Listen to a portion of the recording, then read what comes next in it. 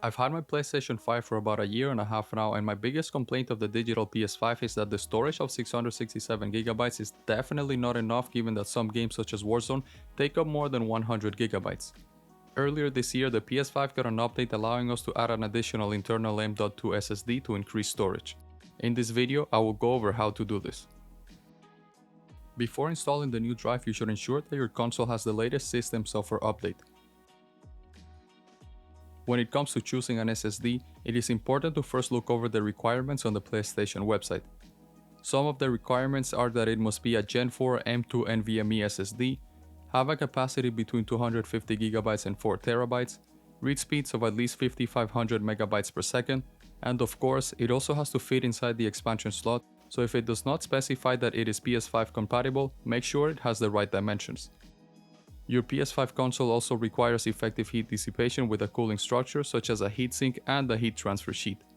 You can attach these to your SSD yourself, although some M.2 SSDs have the cooling structure already built in. Most M.2 SSDs should fit the PS5, but if you get the heatsink separately, make sure it fits the size requirements, as the dimension of heatsinks vary greatly. The first step to installing an internal SSD is getting access to the SSD Bay by removing the rear plate of the PS5. This is the plate that does not have the PS5 logo on it. You should position your PS5 so that the PS logo is facing down and the power button is facing away from you. To remove the cover, simply hold the top left with your left hand, and with your right hand slightly lift up the cover on the bottom right and slide the cover off to the left with your left thumb. Once the cover is off, you will notice this metal plate which is covering the SSD Bay. You can remove that single screw with a Phillips screwdriver and lift the cover off. The first time you install a new drive, you will notice a little spacer and screw located at the top of the bay. Using the same screwdriver from before, you can remove the screw and place the spacer where you will insert the screw for the new drive.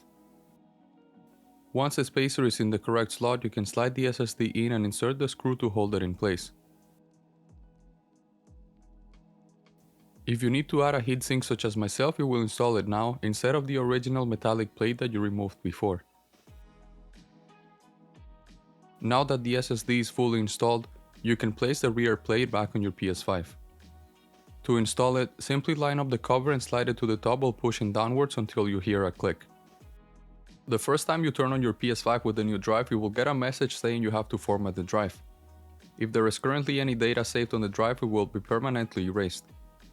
It will also do a speed test to ensure it is compatible with the PS5.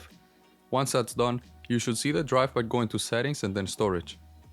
Here you will see the original PS5 under the name Console Storage, as well as your new SSD. If you want to make the M.2 SSD the default installation location for games and apps, you can change this by going home and selecting Settings, Storage, then Installation Location to set it up. If you want to transfer games between drives, go into the source drive and press X on any game.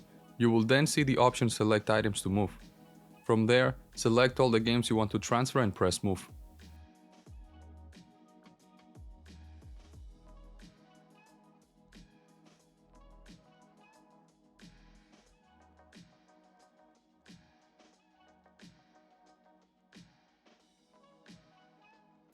I hope you found this video helpful and can now enjoy your PS5 with extra storage. Thank you for watching, and see you in the next one.